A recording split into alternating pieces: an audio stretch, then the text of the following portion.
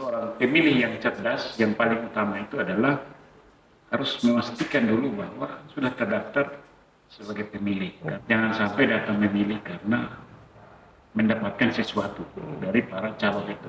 Karena kita berharap agar para peserta pemilu menghindari sedapat mungkin ya tidak melakukan praktek politik uang itu, karena itu merupakan bagian tidak mendidik, tetapi justru merusak demokrasi dan merusak citra dirinya.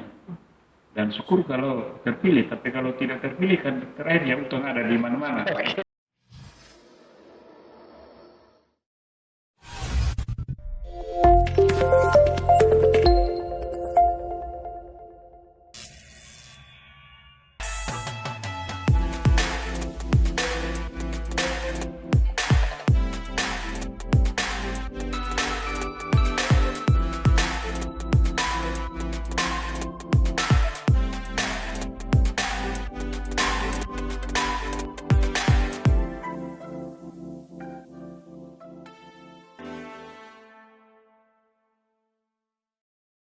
Sahabat Bawaslu, apa kabar? Salam jumpa untuk kita semuanya. Podcast Bincang Pemilu oleh Bawaslu Kota Kupang, perdana kita di kesempatan kali ini di channel YouTube-nya Bawaslu Kota Kupang. Sebelum saya memperkenalkan narasumber yang sudah ada bersama dengan saya, jangan lupa untuk Anda juga, sahabat Bawaslu, untuk like, subscribe, komen untuk channel YouTube-nya Bawaslu Kota Kupang. Baik, saya David Plaikol di podcast Bincang Pemilu oleh Bawaslu Kota Kupang. Kita akan berbicara tentang pencalonan peserta pemilu perseorangan atau DPD, dan sudah hadir bersama dengan saya ini masternya ini. Masternya sudah hadir. Ini Bapak Jemris Fortuna selaku pemerhati pemilu. Apa kabar? Salam jumpa Pak Jemris. Salam jumpa. Salam jumpa, sehat selalu. Ya, sehat. Ya, baik.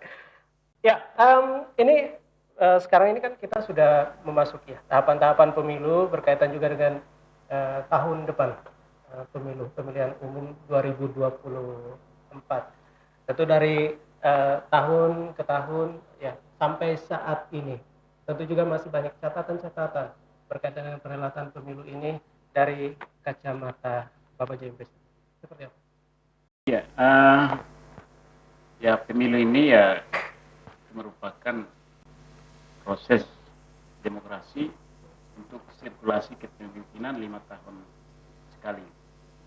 Dan kalau berdasarkan undang-undang ya pemilu itu merupakan sarana kedaulatan rakyat untuk memilih pemimpin yang duduk di eksekutif maupun di legislatif. Jadi mau tidak mau, suka tidak suka ya, kalau mau jadi presiden atau wakil presiden, mau jadi anggota legislatif ya sarananya hanya melalui pemilu, dan rakyat yang paling berdaulat untuk memilih pemimpinnya. Baik. Nah, ini berkaitan dengan tahapan-tahapan yang sudah berjalan DPD ya. Sekarang ini berkaitan dengan DPD, kita fokusnya ke DPD. Seperti apa ini perjalanan ini? Apakah berkaitan dengan verifikasi faktual ya DPD? Catatan-catatan tentunya juga ini tidak lepas dari pemilu-pemilu yang lalu. Ya, kalau menurut undang-undang bahwa peserta pemilu itu ada 3. Untuk pemilihan anggota DPR, DPRD provinsi dan DPRD kabupaten kota, peserta pemilunya adalah partai politik. Kemudian untuk calon perseorangan dalam hal ini DPD ya pesertanya adalah ya calon yang bersangkutan. Dan juga untuk pemilihan presiden dan wakil presiden ya peserta pemilunya adalah pasangan calon presiden dan wakil presiden. Dan dari 3 peserta pemilu tersebut, yang baru pasti ada itu untuk peserta pemilu dari unsur partai politiknya, karena terhitung tanggal 14 Desember tahun 2022 KPU sudah menetapkan partai politik peserta pemilu tahun 2024 yang akan datang. Tapi untuk calegnya nanti baru berproses daftar calon sementaranya itu pada bulan April nanti. Tetapi nanti untuk penetapan daftar calon tetapnya itu ya mungkin bulan November atau bulan akhir Oktober lah di proses untuk pencalonan calon tetap anggota DPR, DPRD provinsi, DPRD kabupaten kotanya. Tapi untuk calon perseorangan DPD itu sudah mulai berproses dari tanggal 6 Desember 2022 dan dia sementara berproses sampai saat ini, sampai dengan minggu pertama bulan Maret itu sudah masuk pada tahapan verifikasi faktual dukungan untuk tahap keduanya, karena untuk pencalonan DPD ini dia agak beda karena jalurnya perseorangan dan persyaratannya itu ya memang gampang-gampang sulit karena harus mendapatkan dukungan minimal 2.000 dari jumlah pemilih di NTT dan sebarannya itu harus di 11 kabupaten kota, atau kalau di undang-undang bilang ya harus sebarannya di paling sedikit 50% dari kabupaten kota di wilayah dapil DPD itu. Karena dapil DPD ini kan satu provinsi NTT.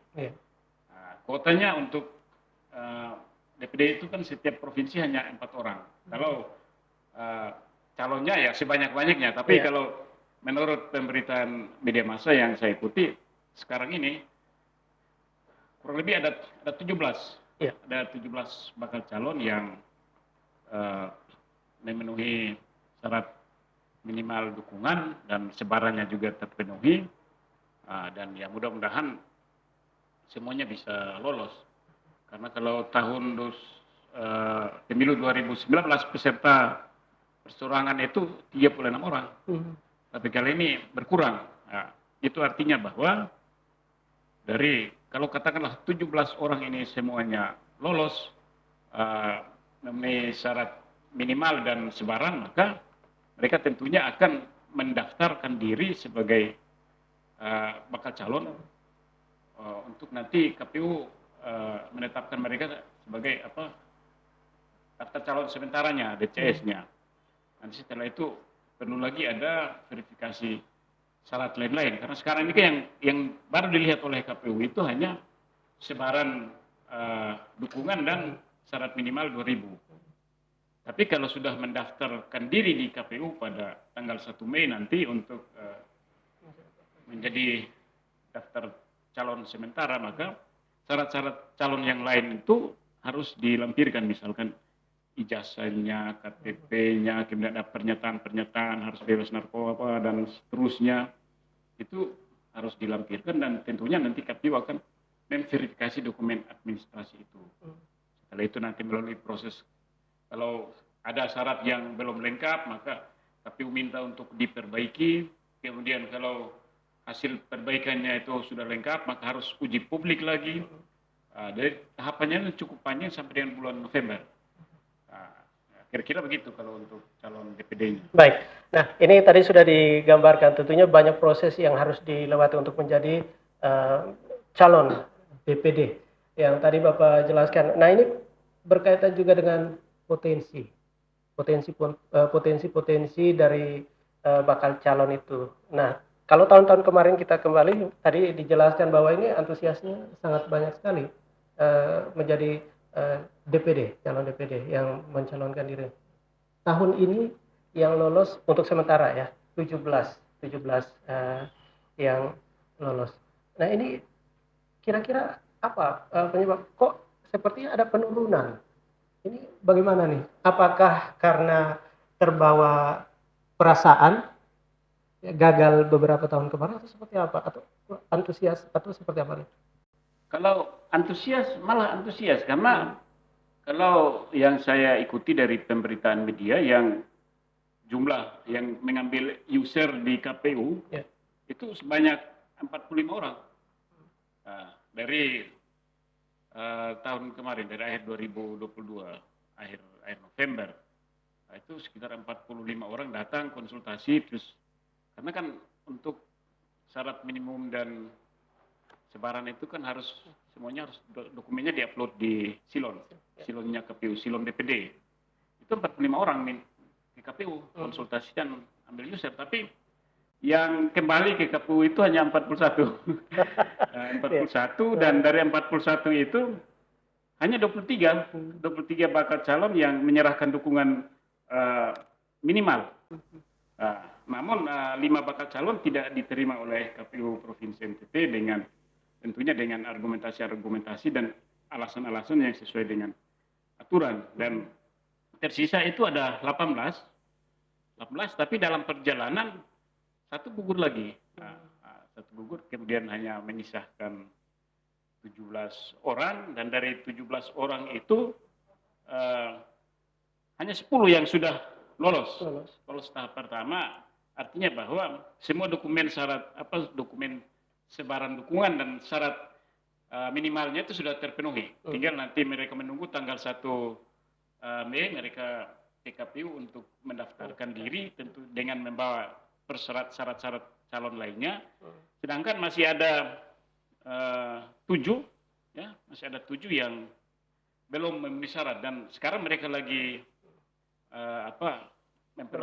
melengkapi untuk nanti diverifikasi faktual tahap keduanya. Jadi animo banyak, tetapi kurang mempersiapkan diri karena ya aturan bilang memang sebarannya harus di 50% kabupaten kota.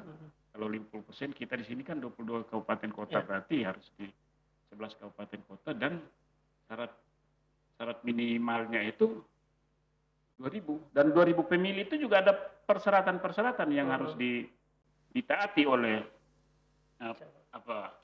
harus dilengkapi, ya harus punya KTP elektronik, surat pernyataan dukungan, dan tidak boleh yang mendukung itu tidak boleh dari unsur ASN, TNI Polri, kepala desa atau penyelenggara pemilu, ya. Itu tidak boleh, atau misalkan dia itu pejabat negara atau pejabat BUMN tidak boleh. Karena kalau saat verifikasi faktual dan ditemukan ada pemilih yang berasal dari para pihak itu, maka otomatis dinyatakan tidak memenuhi syarat. Dan kalau satu dukungan, kalau menurut peraturan KPU, kalau satu orang dinyatakan tidak memenuhi syarat, maka dia harus menyerahkan 50 lagi dukungan. Nah, ini kan pekerjaan berat ya.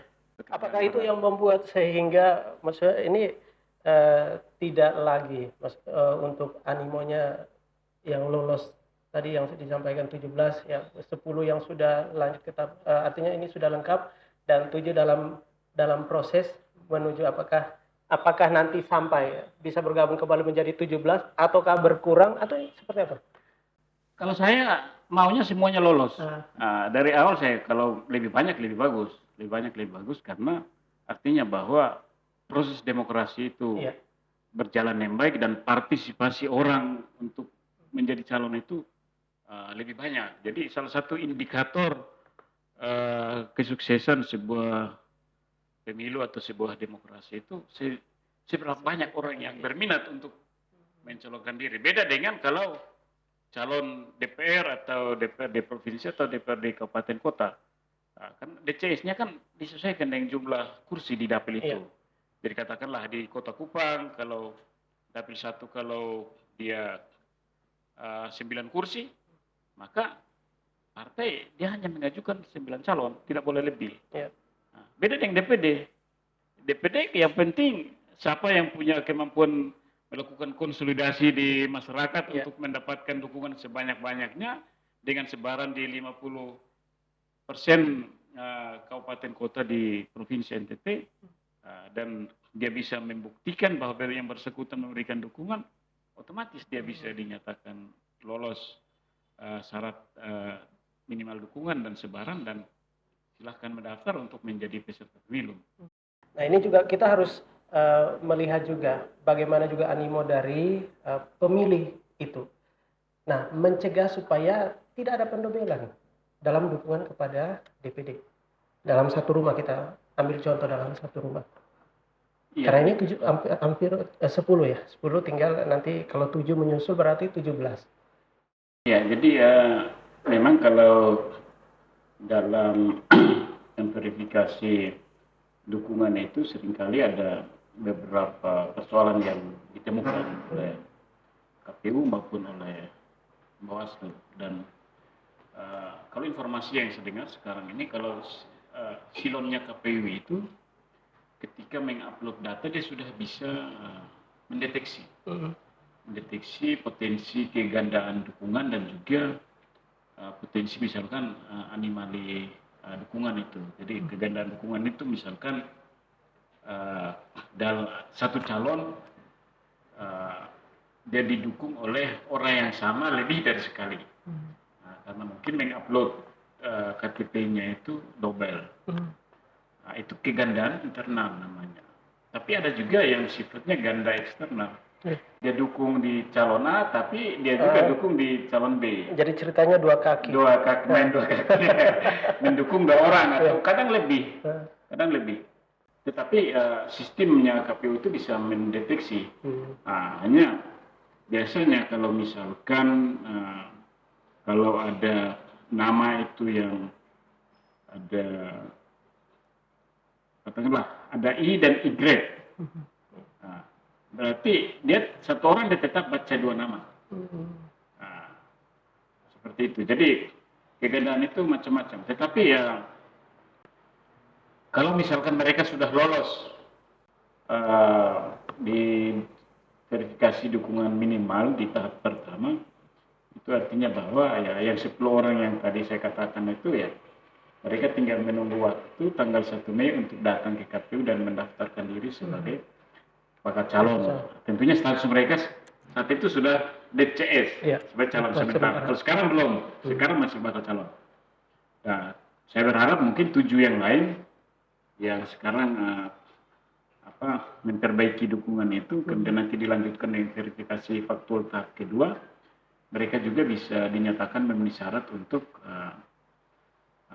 bisa mendaftarkan diri juga di KPU tanggal 1 Mei yang akan datang. Nah itu juga kalau kita melihat juga begitu banyak animo dari calon DPD itu dan juga bagaimana dukungan dari masyarakat yang sudah punya hak untuk memilih. Tentu juga Pak Jemris, ini kita tidak lepas juga dari yang namanya kecurangan-kecurangan. Nah ini hal-hal yang juga potensi-potensi pelanggaran berkaitan dengan memperoleh suara itu. Ya ini harus lebih awal nih kita melihat seperti apa dan bagaimana juga untuk bisa mencegah. Ya kalau sekarang ya untuk calon DPD ya saya berharap mungkin selama proses verifikasi dokumen dan juga verifikasi faktual itu dilakukan dengan baik tanpa adanya kelalaian atau mungkin unsur kesengajaan yang dilakukan yang kemudian nanti merugikan bakal calon tertentu. Tetapi ya bakal calon pun tentunya dia harus bisa secara profesional ketika mengumpulkan dokumen itu jangan sampai nanti ada orang komplain bahwa dia tidak memberikan dukungan, tetapi namanya ada di daftar dukungan karena nanti dilakukan verifikasi faktual. Verifikasi faktual ini kan untuk mengecek kelengkapan dan keabsahan benar tidak orang ini memberikan dukungan. Kalau yang bersangkutan menyatakan saya tidak mendukung, otomatis dukungannya dinyatakan tidak memenuhi syarat. Dan kalau itu terjadi di tahap 2 ini, ya tahap 2 yang akan berlangsung sampai kalau tidak salah sampai tanggal 16 atau 17 April itu, berarti ini kesempatan terakhir. Jadi diharapkan supaya di masa perbaikan ini memang betul-betul ada 7 orang bakal calon yang melakukan perbaikan dokumen ini, memperhatikan betul aturan-aturan yang ada. Kan setiap bakal calon kan ada penghubungnya di KPU. Ya penghubungnya harus terus melakukan komunikasi dengan KPU bila mana menemukan ada persoalan-persoalan di lapangan sehingga KPU bisa mengetahui dan bisa memberikan saran atau bisa berkonsultasi ke Bawaslu sehingga nanti 7 yang lain ini juga ya bisa menyusul 10 yang sudah dinyatakan memenuhi syarat itu. Baik, dan ini juga tidak lepas dari berita-berita yang tentu juga ya kalau kita lihat juga ini berkaitan juga dengan bakal calon ya. Nah, untuk sekarang ini calon DPD itu. Nah, ini berita-berita yang mungkin juga apakah ini salah satu juga mungkin pengaruh juga sehingga apakah DPD itu juga dia tidak lolos atau seperti apa? Berita Eh, mungkin seputar pemilu berkaitan juga dengan perorangan ini. Nah, ini kira-kira seperti apa? saya kira tidak juga, Nah, karena kalau dilihat dari karena ini amplop, sekarang the power of media sosial. oh iya, tidak. Kalau malah media sosial itu sebenarnya itu sangat mendukung calon, Nah, karena tergantung dari sisi mana orang melihat manfaat media sosial itu. Ya, kalau urusan pemilu begini, biasanya ada dua pihak di luar eh, apa yang selalu eh, memiliki peran besar untuk bisa membuat pemilu ini bisa aman, tapi bisa juga membuat dinamika itu menjadi makin tinggi. Ada yang namanya influencer, iya. ada yang namanya buzzer. Nah, nah, ini kan antara influencer dan buzzer ini kan mereka semua anonim. Iya. Anonim. Jadi tidak tahu orangnya ada di mana, semuanya pakai akun anonim dan pekerjaan mereka adalah menyerang, calon tertentu, tetapi juga memuji calon lainnya. Nah, jadi oleh karena itu saya kira yang paling penting harus dilakukan oleh penyelenggara pemilu itu adalah bagaimana bisa melakukan pendidikan pemilih secara masif kepada semua stakeholder yang ada. Sehingga kalaupun ada buzzer atau ada influencer yang melakukan kampanye-kampanye hitam itu bisa ditangkal dengan pengetahuan yang cukup yang sudah dilakukan secara masif oleh penyelenggara pemilu atau oleh peserta pemilu. Jadi sebenarnya tugas untuk melakukan pendidikan pemilih atau pendidikan politik bagi masyarakat itu bukan hanya menjadi kewenangannya penyelenggara pemilu dalam hal ini KPU dan Bawaslu. Katakanlah di Kota Kupang, itu bukan hanya tugas KPU Kota dengan Bawaslu Kota Kupang, tetapi peserta pemilu pun mereka punya tanggung jawab yang sama. Nah, kalau peserta pemilu kan ada 3 yang saya sebutkan tadi. Ada partai politik bersama dengan pengurus, caleg, tim kampanye dan juga pelaksana kampanye, relawan, juga calon DPD bersama tim kampanye, relawan dan juga pelaksana kampanyenya, atau ada pasangan calon presiden dan wakil presiden bersama dengan timnya, ya punya tanggung jawab yang sama untuk bagaimana memberikan pemahaman kepada masyarakat supaya jangan terlalu percaya dengan informasi-informasi yang sulit diverifikasi kebenarannya. Ya, bagaimana Pak Jemlis melihat 5 tahun ke belakang dan sekarang? Artinya memberikan edukasi pendidikan kepada masyarakat dalam hal ini yang sudah punya hak untuk memilih. Animo masyarakat untuk sekarang ini menghadapi pemilu, mungkin Pak Jemlis tahu. Melihatnya seperti apa? Apakah lebih semangat lagi atau biasa saja atau seperti apa? Berkaitan dengan DPD. Iya, kalau sekarang kan masih dalam proses perbaikan verifikasi, perbaikan syarat minimal dukungan dan sebaran di tahap kedua oleh bakal calon anggota DPD di provinsi NTT. Dan kalau kita artinya yang saya lihat bahwa untuk sementara memang masyarakat belum terlalu serius memberikan perhatian. Apakah beras yang sekarang ini harga beras naik? Saya tidak tahu apakah ada kaitan dengan itu, tetapi biasanya kalau kita lihat di tren pengguna media sosial, mereka baru akan serius membicarakan siapa pilihan untuk anggota DPD-nya, siapa pilihan untuk DPR Kota Kupang, DPR Provinsi, DPR RI, dan pasangan calon presiden.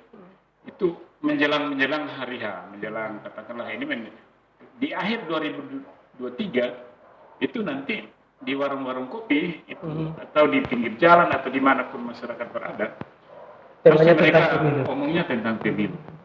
Nah, kalau sekarang kan masih tahapannya belum terlalu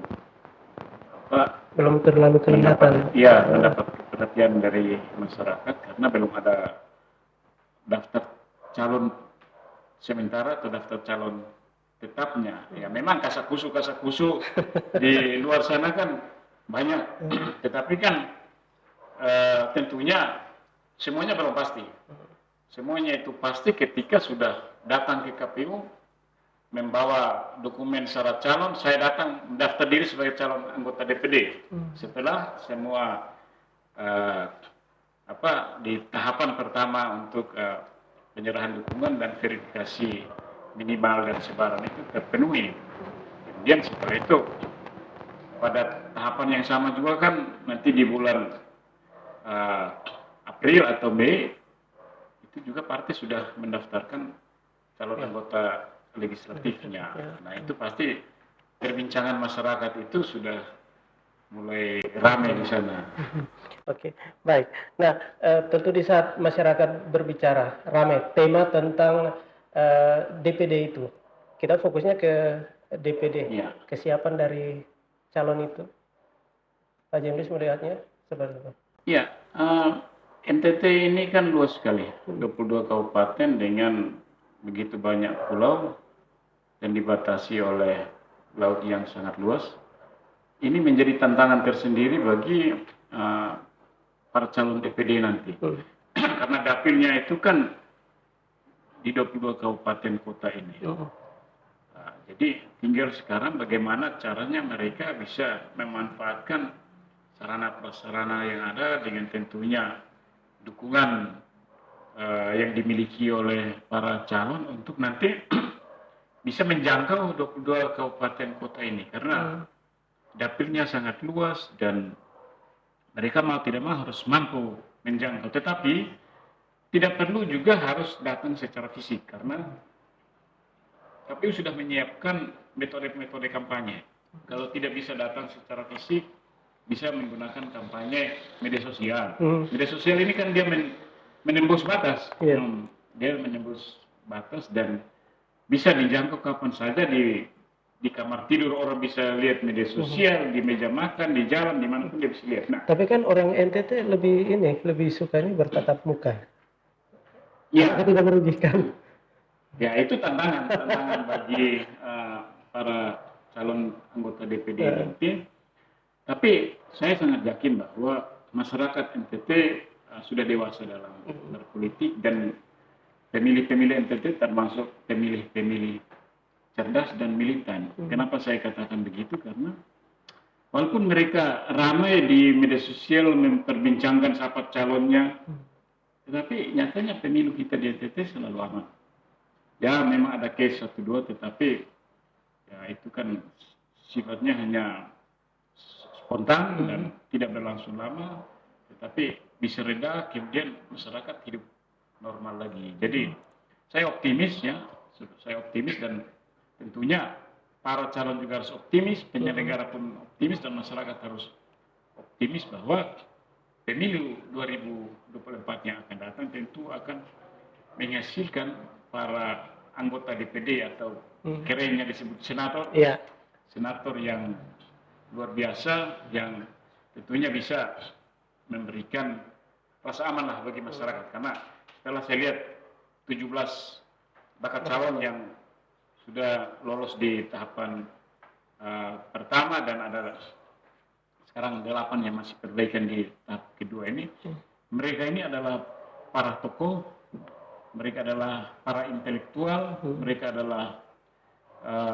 orang-orang yang memang mendapatkan hati masyarakat. Dan ya, saya sendiri berharap agar mereka bisa memanfaatkan seluruh media kampanye yang disiapkan oleh KPU nanti sehingga pada saat mereka kampanye ya tentunya dapat menyampaikan visi misi program, citra diri dan bisa mempromosikan diri secara baik agar masyarakat tidak salah memilih. Oke, baik. Dan yang berikut lagi ini mungkin pertanyaan-pertanyaan terakhir tentang kesiapan dari DPD. Ya, ini kita melihat setelah selesai. Ini kita berbicara setelah selesai pemilu. Artinya mereka istilahnya mendapatkan berita atau mendapatkan sesuatu yang mungkin agak mengecewakan, mungkin memberikan penguatan mungkin ya kepada bakal calon DPD ini. Seperti apa? Siap tidak siap harus siap.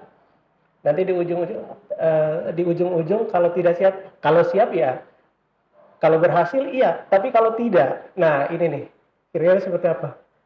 Iya. Jadi tidak PHP. Jadi, berpolitik itu kan harus bisa punya komitmen dan bisa menerima kenyataan. Kalau katakanlah yang sekarang saja, dari awal yang datang ambil user di KPU 45 orang. Wah, saya ketika baca di media, saya malah bilang ini masih kurang. Harusnya lebih dari itu.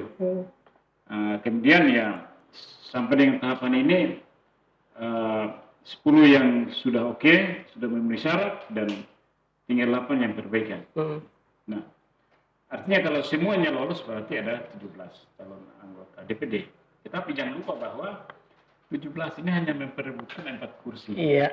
4 kursi. Nah, tentunya harus berjiwa besar untuk menerima apapun kenyataannya karena memang aturan bilang hanya 4 kursi. Tetapi kalau misalkan belum terpilih kali ini kan bisa mempersiapkan diri untuk mengikuti lagi 5 tahun ke depan. Kalau misalkan masih mau berminat di DPD, tapi kan bisa juga kalau gagal sekarang ikut pilkada tahun depan, kan masih ada pilkada. Dan ya sebenarnya mau menjadi anggota legislatif atau menjadi anggota DPD itu kan itu hanya salah satu tempat untuk bisa mengabdi.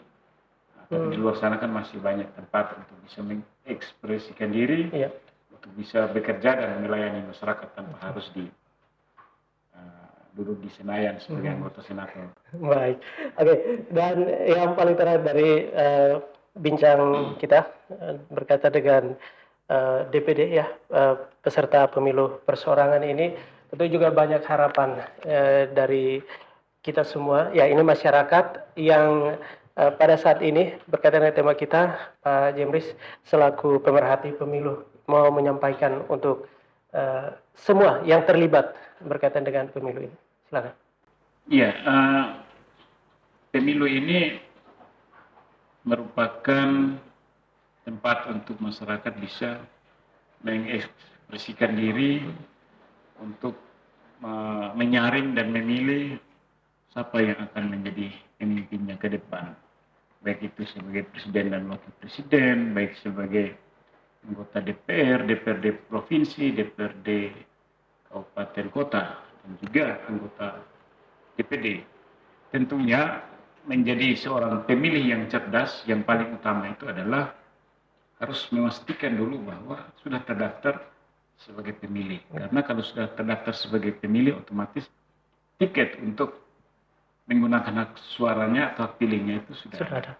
Kemudian yang kedua adalah harus terlibat aktif di dalam setiap tahapan pemilu. Khususnya harus menghadiri semua tahapan kampanye. Sehingga bisa melihat kira-kira dari sekian banyak calon ini siapa yang kira-kira visi misi dan programnya paling bagus. Setelah itu nanti baru ke TPS untuk memilih. Nah, setelah merefleksi sekian banyak calon yang punya visi misi dan program yang bagus itu. Tapi kalau dia sudah punya hak pilih, tidak pernah ikut kampanye, kemudian datang ke TPS, nanti dia akan kebingungan sendiri di TPS. Siapa yang saya mau pilih di sekian banyak calon ini? Dan jangan lupa juga, jangan sampai datang memilih karena mendapatkan sesuatu dari para calon itu. Karena kalau itu yang terjadi, maka otomatis dia pilihannya itu karena mendapatkan sesuatu, tapi bukan dari pilihan dirinya dan bukan dari hasil pergumulannya. Nah, jadi dia datang memilih ya karena ya mendapatkan Kalau di masyarakat kan istilahnya politik uang. Kita berharap agar para peserta pemilu menghindari sedapat mungkin ya tidak melakukan praktek politik uang itu, karena itu merupakan bagian tidak mendidik, tetapi justru merusak demokrasi dan merusak citra dirinya. Dan syukur kalau terpilih, tapi kalau tidak terpilih kan terakhir ya untung ada di mana-mana. Itu yang tidak boleh, dan harus sebenarnya peserta pemilu itu harus memberikan contoh dan teladan kepada masyarakat bahwa berpolitik yang baik dan benar itu seperti ini, tidak pakai bayar, tapi bisa terpilih, dan banyak calon terpilih kami itu. Karena dekat dengan masyarakat, dekat dengan pemilih, dia tidak pakai uang, tapi malah masyarakat yang membiayai untuk memilih yang bersangkutan, dan itu banyak terjadi di NTT ini. Iya, baik, ini pendekatan kekeluargaan ya. Kita NTT ini keluarga semuanya, pendekatan kekeluargaan, baik dalam hal yang positif. Dan tentunya bersama rakyat, ini tagline-nya Bawaslu nih. Bersama rakyat awasi pemilu, bersama Bawaslu tegakkan keadilan pemilu. Ini harus kita awasi bersama juga, masyarakat juga harus pintar nih untuk mengawasi ya. Pak Jebris, oke. Baik, ini sangat menarik sekali perbincangan kita di podcast kali ini, tapi waktu juga yang harus memisahkan kita. Dan Pak Jemri juga jangan bosan-bosan di saat kita dari Bawaslu Kota Kupang meminta Bapak untuk menjadi narasumber, harus selalu siap ya. Ini ditodong nih. Baik, dan juga buat sahabat Bawaslu, terima kasih banyak. Tema kita pada kali ini sangat menarik sekali. Semoga bermanfaat untuk kita semuanya, menjadi masyarakat cerdas dalam mengawasi pemilu, dan juga informasi yang sudah disampaikan di episode kali ini. Semoga bermanfaat untuk kita semuanya. Terima kasih untuk kebersamaan kita, sahabat Bawaslu, di podcast Bincang Pemilu Bawaslu Kota Kupang. Sampai jumpa di lain waktu, lain kesempatan. Saya David Michael. Sampai jumpa.